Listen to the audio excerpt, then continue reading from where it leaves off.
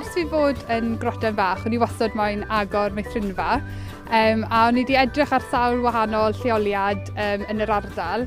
A dechreuon ni meddwl amdano beth oedd ar gael ar y ffarm. Ni'n cyfnewid i cael y meithrinfa yn agos i'r gytref a'i wneud y ffarm yn rhan o'r meithrinfa. Llawer yn dod o ardal Crossans, ardal ni, Cwm Gwendraeth.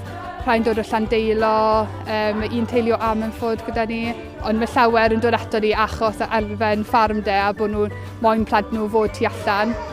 Felly os mae fe'n meddwl 10 funed ychwanegol i'r taith i'r gwaith, newn nhw wneud e.